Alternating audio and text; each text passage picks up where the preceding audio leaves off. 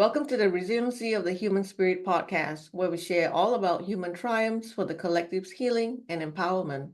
I'm your host, Priscilla Hanley. My guests today are Harry and Bobbie Stelling. Harry and Bobbie both had spiritual awakenings in 1986. Although they pursued their spiritual connections to the unseen realms for 5 to 6 years, a newborn son changed their focus to more grounded, conscious career paths and parenting. The road has been challenging but rewarding. They both delved into a channeling training course in 2018, taught by well-known channeler Lyssa Royal Holt. What emerged during and soon after the course was a natural ability of both to channel in light language. They work with small light language groups online that are comprised of participants from around the world. They've appeared in an episode featuring light language on Reuben Langdon's interviews with extra dimensionals on Gaia TV. Bobbie is a retired school teacher. Harry is retired from a planning and development department within a large county government. Bobbie and Harry live in Fountain Hills, Arizona. Without further ado, I'm going to bring Harry and Bobbie on right now. Hi there. Hi, Priscilla. Thanks for having us. Hi. I am so excited to have you both here. Thank you for doing this.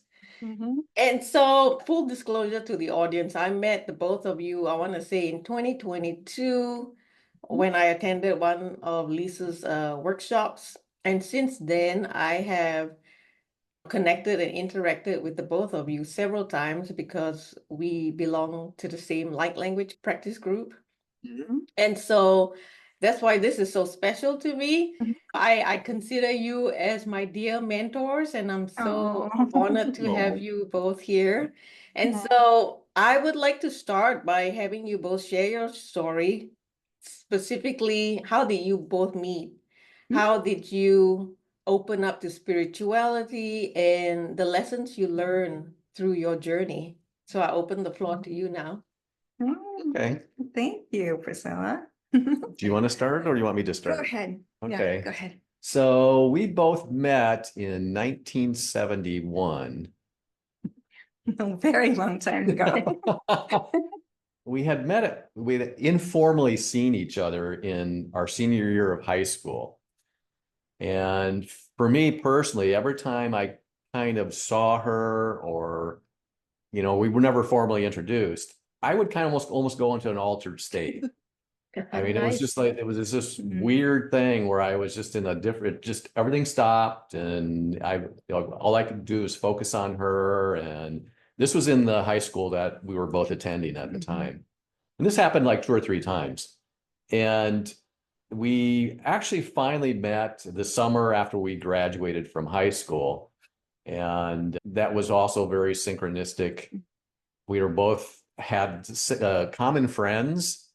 And Bobbie was dating one of my good friends and she broke up with him or something happened there. And we ended up we used to, back in those times, a lot of people would drive around in their cars and that was kind of a cool thing to do and meet at restaurants or parking lots or whatever.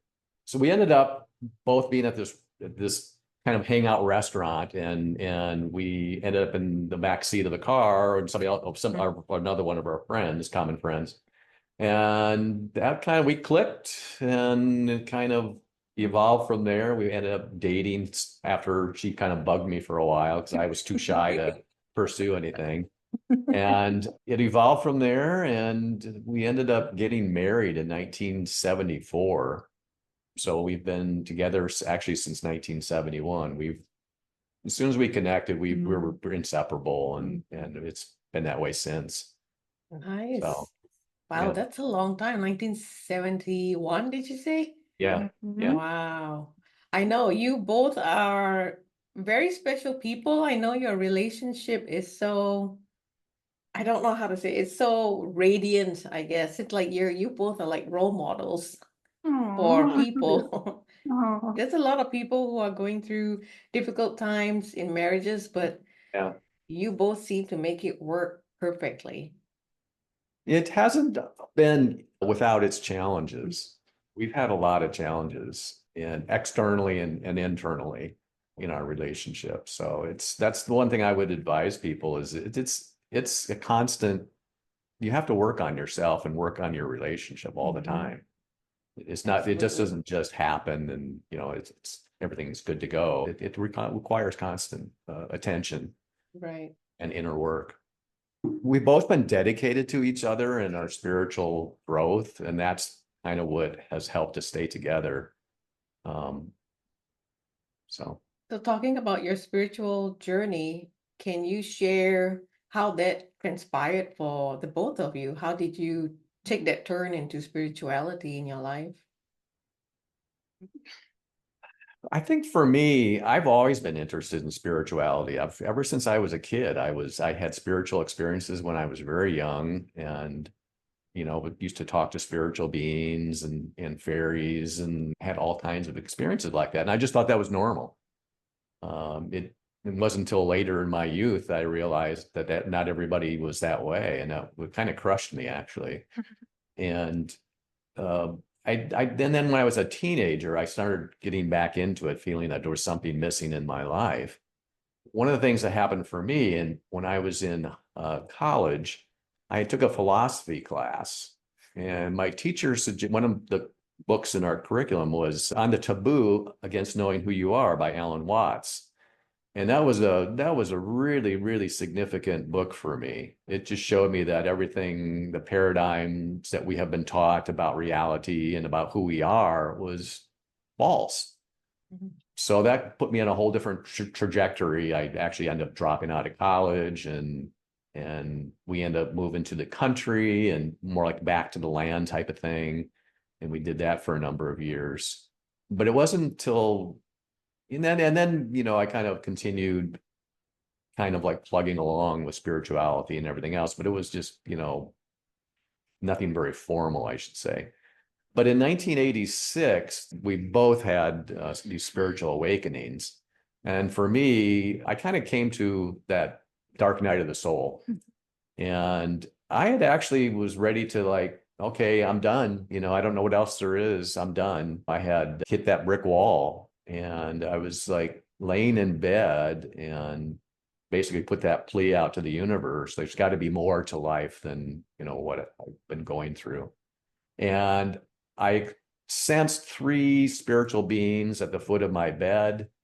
And I felt one of them reach over and just kind of like reach into me. And it's almost like cracking a whip. And it just straightened me out energetically. I don't know what was going on, but that was like, okay, something that it was a total shift in my paradigm. I read Shirley MacLaine's Out on a Limb, which really resonated with me.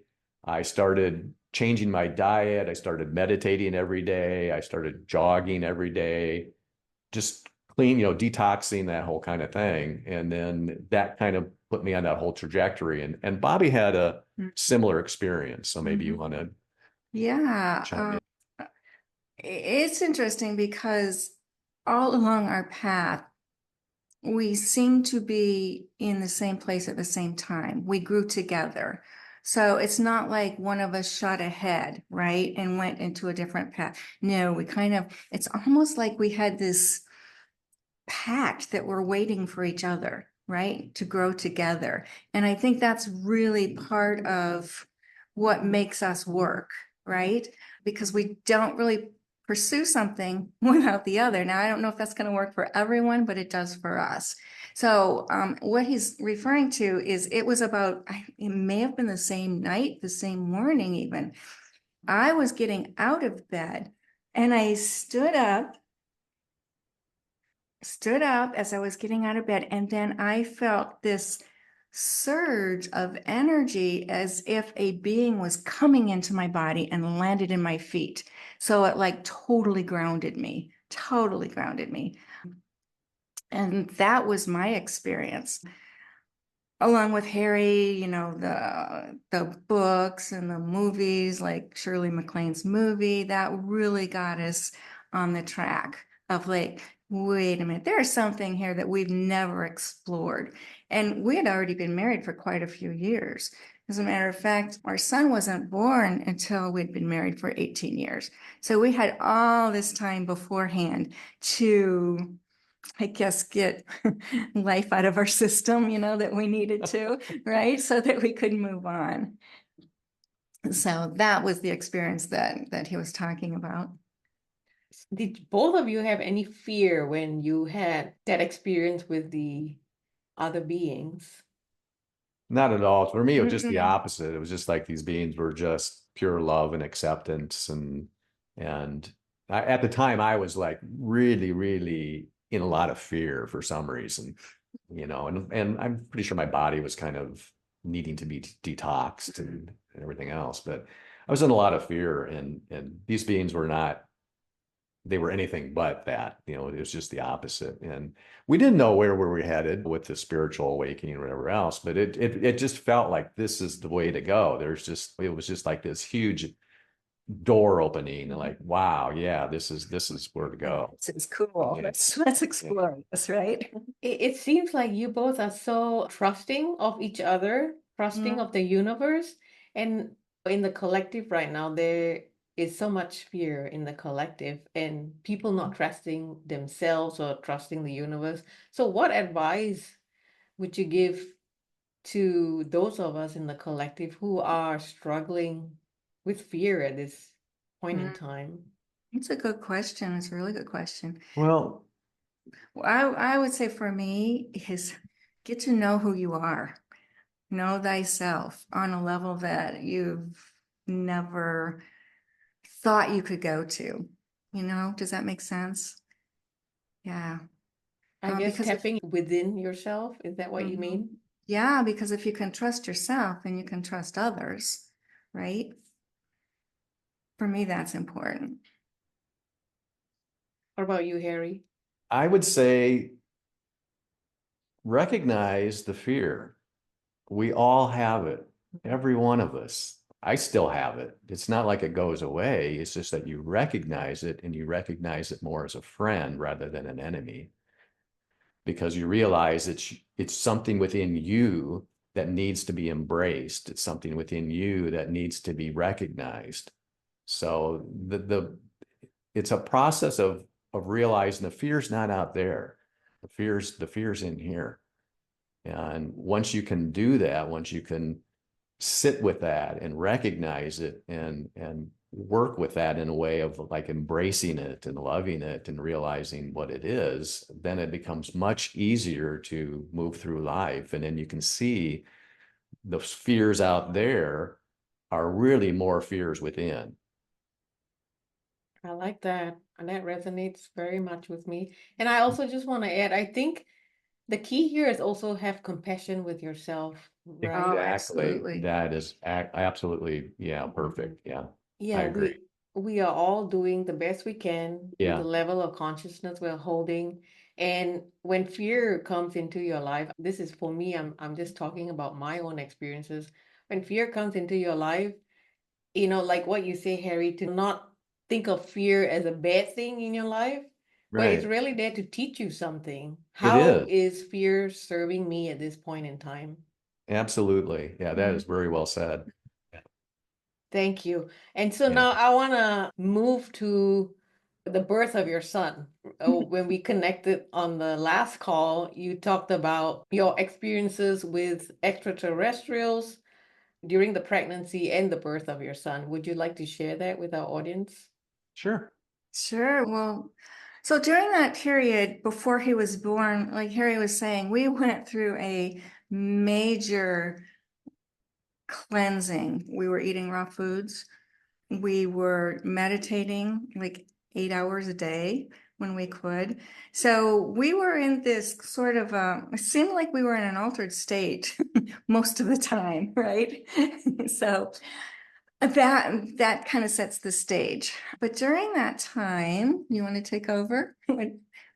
So yeah, during that time, we had a lot of things that were popping in our life, meaning that there was a lot of these synchronicities and people that we would meet and things that we would share with each other and our, our spiritual sight opening up and our spiritual senses opening up. So all this was going on, and it was very wonderful in one way, but it was also very, we hadn't integrated all of that. So we weren't very grounded. So we weren't very grounded. All this stuff was happening, and it was just like, Yeah. wow, wow, yeah, and one thing after another. And one of the things that had happened at that time is we had gone to a pretty well-known psychic here in this area at the time. And he had told us that we would have an extraterrestrial contact, a very close one, in the near future. And I think he said within like a couple years or something at the time. And we also had a number of things happen in the house that we were living in. We had a friend of ours who was very wide open spiritually as far as her senses, and actually several friends. And they had said that we had a portal in our house, and all kinds of weird energies were coming in and out at the time. And we had sensed that in some way, that there was a lot of things going on there. But like Bobbie said, we were meditating a lot during the day, and we had a lot of very pure diet and everything else. Neither one of us were working. That's one thing that Bobbie didn't say. We had gone through these changes in our lives, and it ended up that neither one of us were working, and Bobbie was pregnant. And here we're in this house that we had pretty much sold a lot of our furniture, and we were downsizing, and all these things were happening at the same time. We both started sensing these extraterrestrial presences in our house. And we didn't really talk to each other about it. I mean, we had a lot of unusual experiences during our meditations, and a lot of times we just thought it's just phenomena. It's just phenomena. But at some point we'd end up talking about it, and we started corroborating what our experiences were. And we both had pretty much the same experiences, like these 3 ETs. And at the time, we just knew them as ETs, the kind of the typical big heads, big eyes, and long fingers, very narrow bodies, slender bodies. And we didn't even know what people called them or anything else. We just ETs, But we could, we sensed that they were like peering around our corners in our house, and they were observing us. And we both felt that they were just very loving and just very curious. We didn't feel any kind of trepidation or any kind of fear at all. It was just like, wow, they're just like really wonderful beings. They're just very curious about what's going on. And Bobbie was pregnant at the time. And this continued throughout the pregnancy until, was it right after the birth that or was it right before that? I think it was right before. It's kind of hard to Yeah, know because it's it's been a while. It's been a while. But yeah, like Harry said, we'd feel them and see them in our third eye area, right? So it wasn't a real physical like this. It was more of sensing. But we could see the 3 fingers coming around and just kind of like the ET little guy, But it felt like they were hanging out in the area where I was going to give birth. I had a home birth. So we had a birthing center in an extra bedroom. So that's where they were kind of hanging out. So, I mean, we couldn't help but think that, okay, they're here because they want to observe family, right? Like a family from birth to, how does this work on Earth, right? So that's what we were kind of thinking. And then we thought, well, maybe they're our future selves, coming back to visit. We don't really know, but, I mean, how would we know? So then they were present during the birth of your son as well? Don't get the sense they were there, but we did know, we got a sense when they left. Now I think it was before the birth because I don't remember having. Yeah, same with that's how I remember it also. There was a time when their energy seemed to be very prominent, and we both got this sense that one day that, wow, we need to go outside in our backyard. That they're there and they're leaving or something along those lines. It wasn't logical. It was just this really overpowering sense that we needed to go outside at that time. And this was like in the afternoon sometime. It was during the day. And we went out in our backyard, and we could sense this small spaceship right there. We could sense these 3 legs coming down. It was like a typical small, spaceship. We could sense it. And as soon as we did that, we got wrapped up in this whirlwind and because we could feel the ship taking off. And as soon as it did, we're wrapped up in this physical whirlwind, and all this dust and everything else is coming up, and we're kind of engulfed in this dust and these leaves and everything else. And we were both like, wow. But we look in the sky, and way up in the sky, there's this silver sphere that appeared. And we watched it at some point, and it almost looked like the sky had a slit in it, and it just went through the slit. Yeah. And we both kind of looked at each other and like, what? And So then at that point, you just thought that they were ETs, but at some point you realized that they were the Zetas, correct? yes, and so this was something, this happened to us. We didn't know what to do with all this because there wasn't anything else that really happened after that as far as the ETs. But we always wondered, like, what the heck was that? That was one component of our like spiritual journey that didn't make any sense. How does that fit into everything? And it wasn't until we met Lyssa Royal Holt and we read Prism of Lyra and started doing galactic cards and started having some discussions with Lyssa and some of the beings that she channels. I was like, oh, these were Zetas, and they were probably observing family because that was part of their journey as a species. It makes sense, it fit in, whether that's true or not, I don't know, but it makes sense. And Right. yeah. So let's stay on the topic of ET contact. So Okay. you have attended or participated in many of Lisa's contact retreats, right? What is one myth about ET contact would you like to demystify for us today? Well, a lot of people have fear about ET contact. They think that because as a species, we've gone through a lot of fear with this whole concept of ET contact. Back in the 50s and 60s and 70s, it was really, really intense.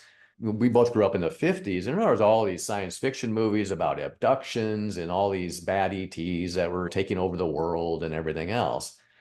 Well, just from a logic point of view, if there's these advanced beings that were, here or intercepting Earth or whatever, don't you think they would have been taken us over by now or done something Right. if they had evil intent? Right.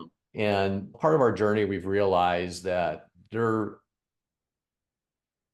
isn't an evil force out there that is, against the good force. That's polarized thinking.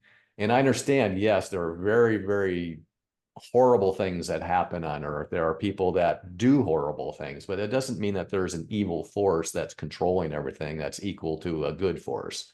That doesn't make any sense to me spiritually. But so anyway, I guess my big thing would be about demystifying that ET contact, that there are good ETs and bad ETs.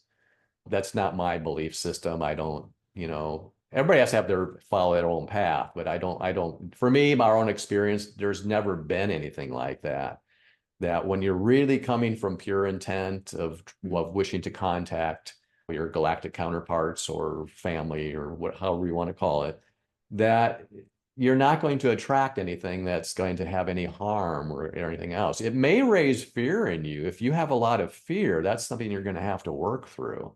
That's part of the process. Right. But that's different. But the part of it is realizing that's your fear. It's not, you don't want to project that on what you're experiencing.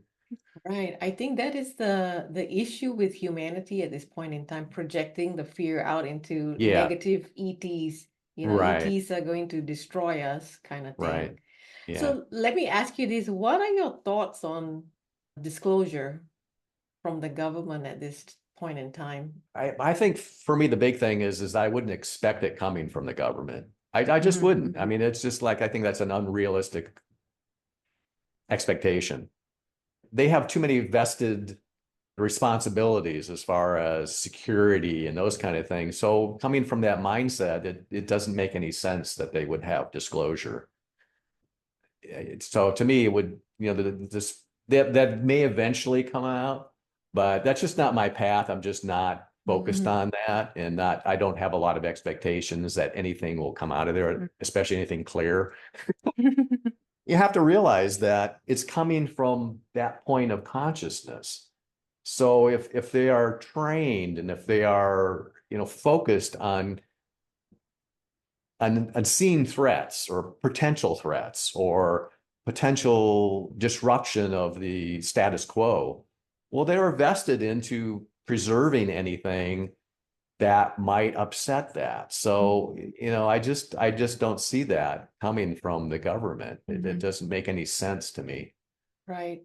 I just want to add to that, Harry. I totally resonate with what you're saying. I feel like a lot of people are now having their own ET contact experiences on a very personal level, Yeah, individual level. And I think that is by design because you're opening up people on a personal level to interact with ETs. So, as and when disclosure does happen, many years probably down the road, the human collective, they're already kind of like used to ET contact because they've been having it on their own level. exactly. Yeah. Yeah. From a species point of view, or, it makes more sense for us as a collective to open up to that idea rather than the government kind of forcing us into it, or that it makes more sense to me. And it seems like that's a more natural way for this to evolve.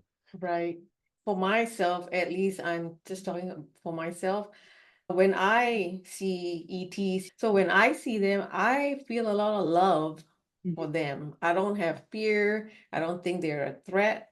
Like your experiences with the Yeah. Zetas, Yeah. I think they're just trying to make contact to let us know that, hey, we're here and we come in peace and we just like to reestablish contact Mhm. with Yeah. humans. Yeah. Yeah. I'd like to add something too. There's a thought there to consider out there is that really ETs are just aspects of ourselves, right? Mhm. So if they are really truly aspects of ourselves, what is there to fear, Right. right? Exactly. Good point. Yeah. Yeah. Yeah. Mhm. So, what is the most memorable experience you've had during ET contact? And I refer this to Lyssa's contact retreats. Oh, okay. Any memorable experiences there? It's really hard to point to one as more memorable than another. It's just phenomenal. I just love that whole experience of ET contact, especially our experiences that we've had through Lyssa's contact retreats. I mean, it's I think one person said something at one point that it's like wilder than any kind of drug trip you can imagine. Because Nice. it's just sensing those energies and how they shift when you're in contact. And everybody has their own experience.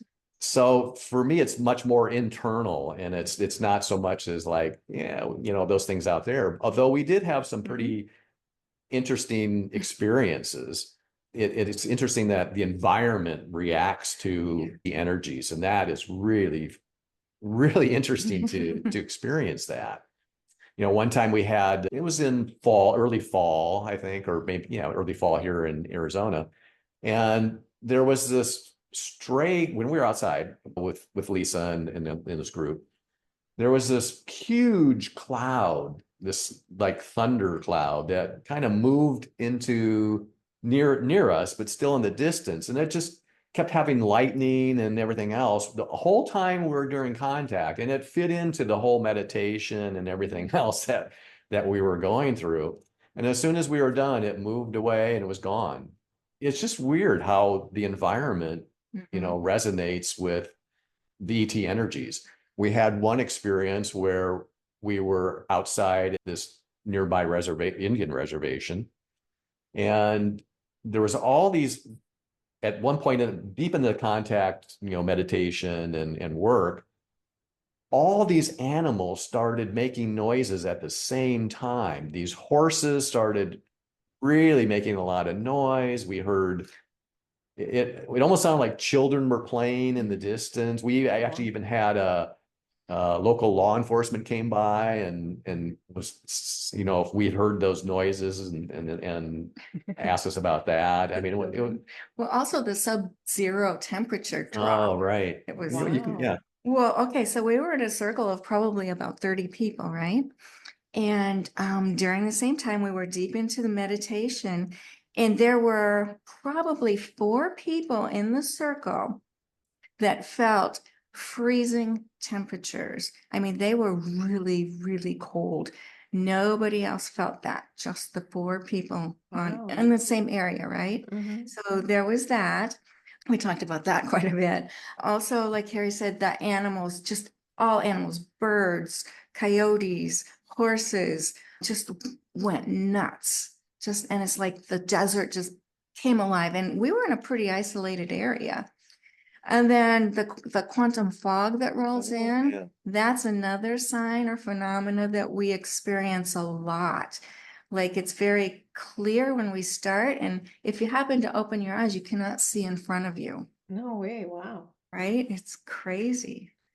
Have you seen ETs during contact experiences? Not not with my physical eyes, but we've experienced sensing ETs. And sometimes it feels like they're walking around us. The Oh, sound and wow. walking around, Yeah, yes. that's fairly common. Some people feel like somebody touching them, Oh, on the shoulder wow. or whatever. So we have a lot of that kind of thing, and a lot of people have those kind of experiences. But the groups that we're in, the contact retreats we've been, there hasn't been a lot of people that have really seen ETs. I think Lisa's husband, Ron, has typically sees ETs, but Oh, nice. he's really kind of tuned into that. So We Wow. have seen lights in the sky yeah, that we are have. very Yeah, some curious. really interesting So light. you Yeah. sense pictures of those. Yeah. Yeah, I think I remember Lisa talking about seeing a spaceship one time in the sky during contact. Yeah, one of the contact retreats, the light, it was quite a light show that we got. It was all like for a couple hours. It was all these different kinds of lights. I mean, they were pulsing, they were coming close and moving away, they were changing colors, they were changing configurations, and all these twinkly lights moving around the sky. I mean, it was just like one thing after another. It was just, quite a light show. Nice. I hope to join you guys one day on the Ooh. Oh, that'd be contact. great. Yeah, I know, because this sounds really interesting. Yeah, oh, it is. Yeah. Yeah. Yeah, I'm really into ETs. I guess you guys know that by now. And so now I want to shift to light language. Let's talk a little Okay. bit about language. So what is light language and how can it help us in our daily lives? It's hard to describe because it's a lot of things. It's almost easier to say what it's not, but it is almost, it's like a form of opening up your channel to a, a multidimensional energy that is basically light and vibration and comes out as sound. So it delivers this kind of like packets of information to people. And it seems to resonate with people on a very deep level. And everybody seems to resonate somewhat differently with it, depending on how their higher self is allowing that to come in. But there's always a common theme that seems to go around. When we've shared, people's experiences of light language, it always seems to be like this common theme. But they may experience it differently depending on what's going on in their lives and depending on what they may need for their own growth or understanding. Right. So it's this kind of multi-dimensional light and vibration. Is that? Yeah, light vibration, higher frequency. And I feel like even though it does feel like it's coming down in, I feel that it comes from within, right? Mm, It's not, I don't feel that it's anything outside of ourselves.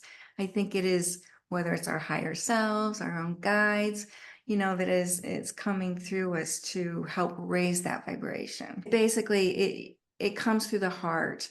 And when you are experiencing light language through every cell in your body just comes alive.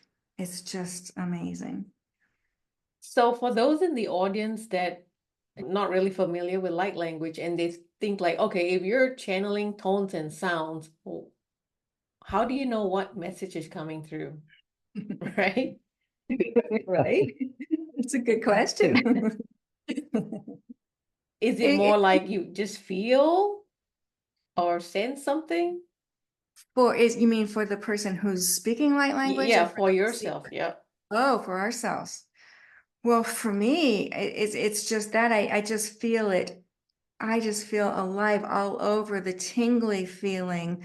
It's almost like an altered state. Now, for myself, it's hard for me to interpret what comes through because it bypasses the mind. So as soon as I get in the mind, it's like, oh, it's not really light language anymore, right? Right, right. So, I mean, every once in a while, I'll get a sense of, oh, I get that. But it's through our group work that when we all talk about everyone's interpretations, that it helps clarify for me, for myself, like, yeah, that feels totally right. Totally right. Yeah. And then what about somebody who's receiving light language? Like you say, it bypasses the ego mind. So technically, the person will not understand what's being said, correct? Sometimes they do, sometimes they don't. It depends on the person and their own interpretation. Sometimes they may get get something visually, like a movie playing, or they'll feel something in their body, like Okay. sense, oh, I feel it working around my heart area, or I feel the third eye, something like that. Everybody has their own interpretations, but like Harry says, in our group experience, it's all pretty much a common theme. It's really cool.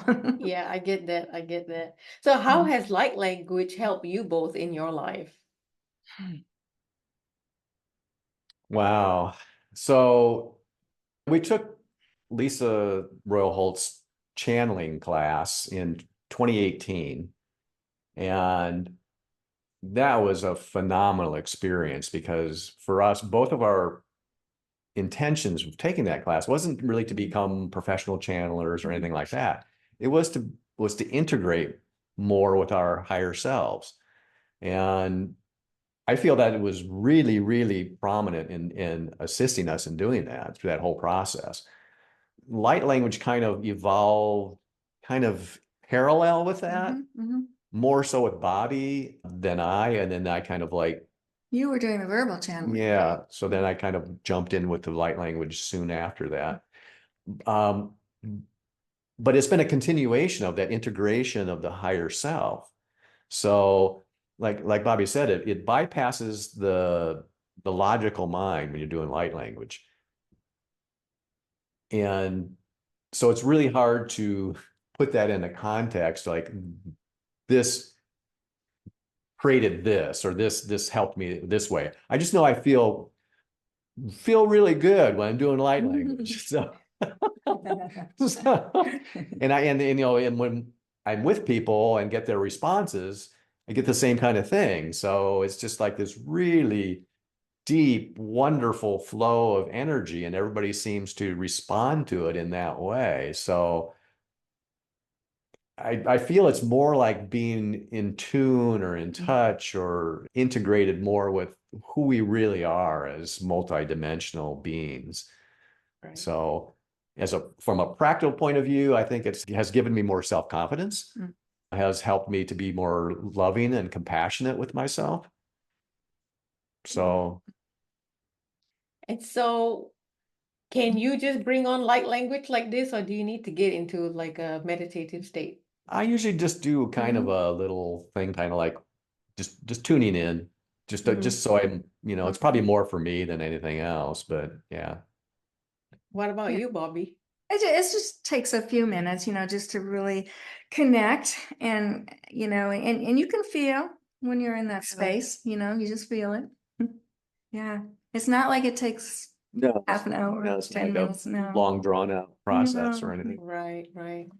So on that note, you both have a beautiful gift for the collective. Are you gonna do a transmission for the collective? So by the time this episode publishes, it will be in January of 2025. It'll be the new year. So if it's okay with the both of you, can you bring something through for the collective for healing or for good vibrations for 2025? I leave it to you.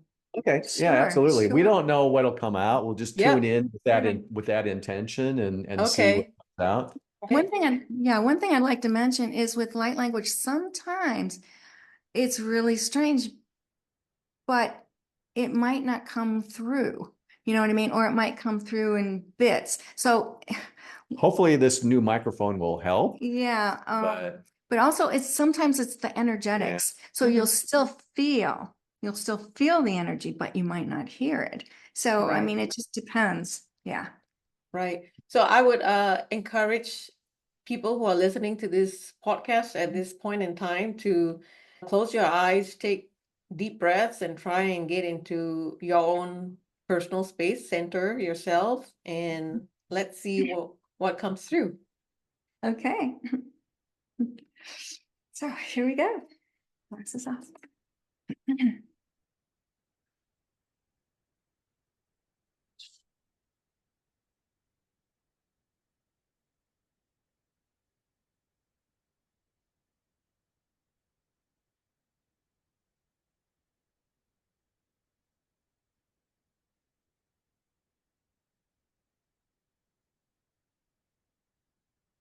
Şuna kerem açtı.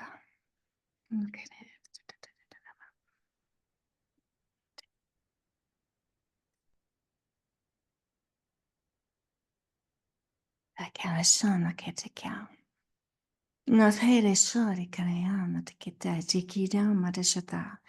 Anna khaire kalamari shukhe. Nora tochashata matakita shaka tiki.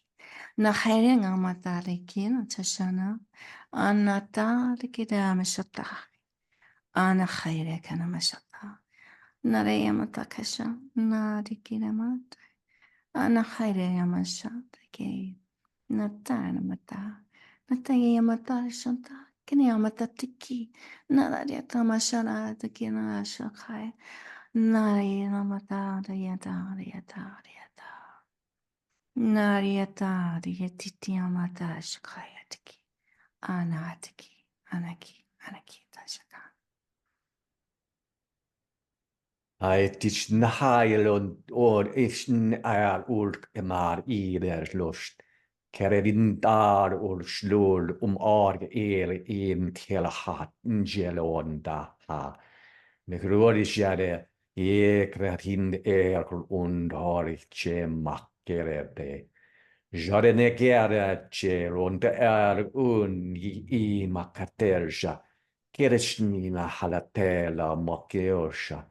ونكياش المدتين دا إيلا جادن دو أول كيماي ياتندا كيش نهادو أوجن إن آي كل إند أوجن ماير كي المبدلا شو هين دايا كيشنا آي كي أورجنك دين إيلا تيرشات إيك إن إيروم كيري إيل ناقيلش ناقد Han إيلي إيش نيلت أوك إمو إياد أوجا Kirchen herda, Wachian die Erjat in Orlateshne, Kimejanda yesh, Kaj Mari Ash Nakeron, Kushniha, Kushnicher to Schnarlekin Halichin Karuanda, Mein der stond Orgin Alateshnoha, Kitejate.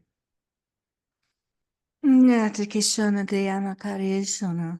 Anakirama Takishona Yadayama. Naharayama Takita Yashama. Nakirama Takitia.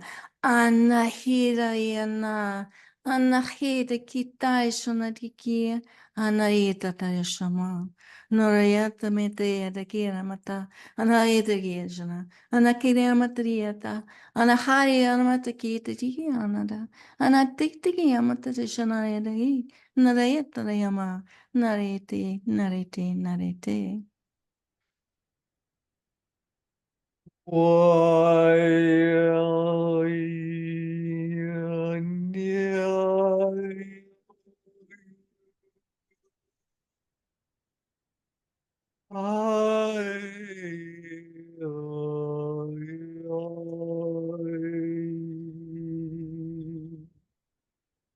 I only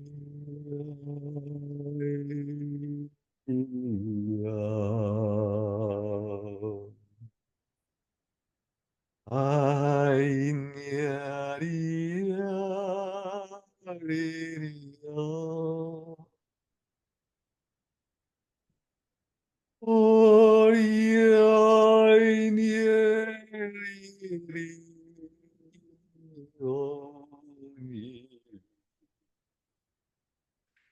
Ai, nia, ria.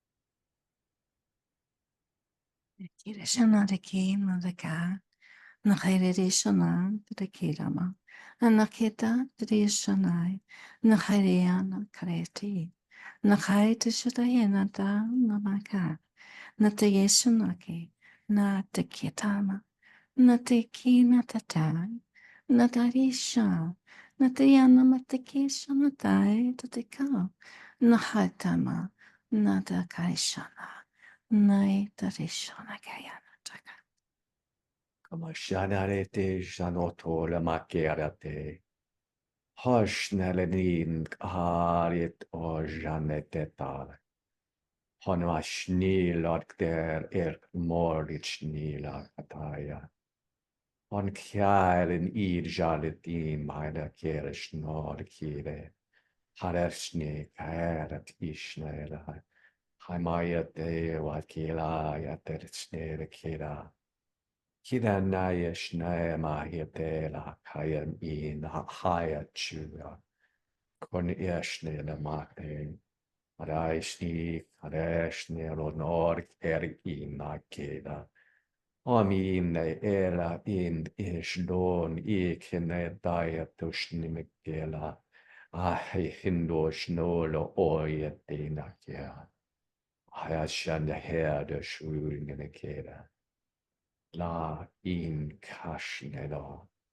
La ishne erot ke. Mahyad irot oshnel keda. Shonake erishna marikera.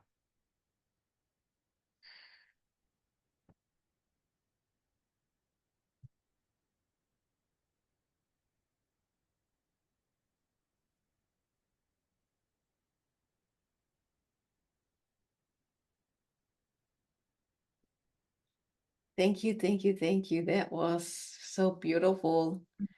I had a lot of energetic feedback during the transmission, and I want to say the energy that I got it was very reassuring, very nurturing and reassuring. What did you guys get? How did you feel?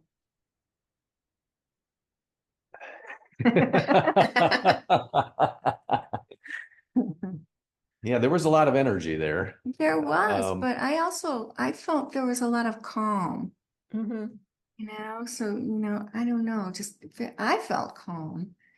So I'm feeling that maybe that peace and calm for the new year, Yeah, I think humanity would love that. Yeah. Peace and calm. Yeah. Yeah, thank you again so much. And Mhm. so, if somebody wanted to learn light language, what recommendations would you give? Wow. just the desire. I Yeah. mean, anybody can speak light language. We all can. We all can. For us, we went to an English speaking channeling class. Didn't expect light language to come out, but that's what it is. And Lyssa does not teach light language. So that's what came through for us. So you can either not take a class and just hook up with people who do, right? I mean, support groups are great for that. You can take classes. There are teachers out there who teach. So it really is dependent on what you want. I highly suggest support groups like our groups. Our group is like a co-op, so there is no money exchange. What our exchange is energy, right? So, I mean, just find people like mind, Right. And if people wanted to get in touch with you, how can they do that? Are you They on could, social media? we're on Facebook. We also have Instagram, which we just started. We're separate. Or we do have an email. It's bhstelling@iCloud. They could reach us through there. So we have 5 minutes left. I know time flew by, right? Time flies when you're having fun. Yes. So I have a signature closing question here that I ask all my guests. And so this is my final question for you today. What is your closing message for humanity to help in our collective healing and empowerment? Mhm. It's a really good question.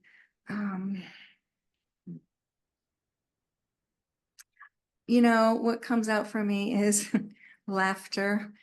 If you can laugh, just as much as you can laugh, just not take things so seriously, even though it's a maybe serious issue or something. Just try to come from the heart, take it out of the mind and bring it into the heart and just laugh your way through life. I know it sounds silly, but I was a teacher, it's like silly is good, silly is okay. What about you, Harry? Love yourself. Mm. I think that's the most important thing for a lot of us. We have not been taught how to do that. We haven't been taught that that's even something that we should be doing. But for me, that's been probably my greatest teacher is learning to love myself, because things are really, really messy as humans, especially right now. So it's not going to be clean. It's not going to be this kind of perfect unfolding as far as the way our egos would think it would be. It's, we're on this journey. We're going to be on this journey. It's, we exist, we're here. So love yourself, love the journey.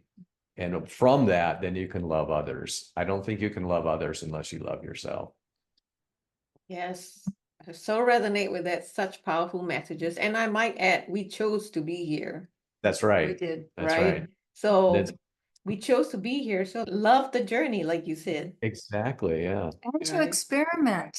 We're here to experiment, right? We're Right. not going to get it all right. We're at the most That's significant okay. point in the history of human consciousness. So it's phenomenal that we are here. We're all sharing this. I know it's such a cherished privilege to be here. I know some people don't agree with that, and that's okay. But for me, like I said, I chose to be here, and Source allowed me to be here, and I'm just gonna enjoy the ride. Yeah. Yeah. Mhm. Right. And that switch of that mindset makes all the difference in the world. Yes, yes. Mindset, that's an important one, a big Yeah. one. Yeah. So thank you so much, Bobbie and Harry. I am you. so Thank grateful to you. have you here today for Mhm. sharing your light, your energy, your wisdom with me and our audience and the collective. And so thank you for the transmission. That was a very powerful transmission. And I would love to have you guys back on, you know, whenever you feel guided to just holler and Okay. I'll get you on. Okay. All right. Thank Thank you, you. Priscilla, for Yeah. all that you're doing. Yes. That's phenomenal what you're Mhm. bringing forth to the collective. I just really honor you for doing that and Thank following that guidance. That takes a lot of courage and trust. Thank So in you. that way, you're a phenomenal role model. Yes, you are. Oh, thank you. Doing so beautifully. Yeah. Don't make me cry now. Okay. So, okay. For everybody who's watching and listening, thank you for your time. And until next time, bye for now.